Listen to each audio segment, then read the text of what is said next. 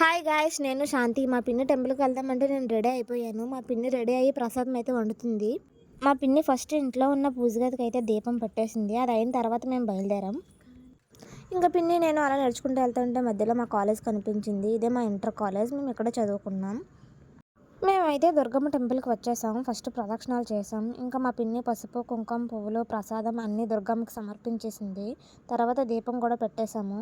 ఇంకా దుర్గమ్మకి కూడా దండం పెట్టుకొని కొంతసేపు అక్కడ కూర్చొని ఇంకా మేమైతే బయలుదేరేసాము. మేము వచ్చేసరికి చీకటి అయిపోయింది. ఇంకా ఇంటికి వెళ్ళే దారిలోనే పరదేశమ్మ తల్లి గ్రామదేవత ఉంటే అక్కడ కూడా దండం పెట్టుకొని దానికి ముందు రామాలయం టెంపుల్కి కూడా వెళ్ళాము.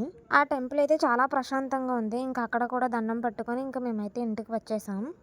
ఇంకా నేనైతే ఇంటికి రాగానే డ్రెస్ మార్చేసుకున్నాను. నాకు చాలా ఆకలేసింది. ఫ్రిడ్జ్లో ఏమైనా ఉన్నాయని చూశాను కానీ జ్యూస్ ఉంది, అది కూడా గడ్డగట్టేసింది. ఇంకా స్పూన్ అయితే తెచ్చుకొని స్పూన్తో అయితే తినేసాను. బాగుంది ఐస్ క్రీమ్లా.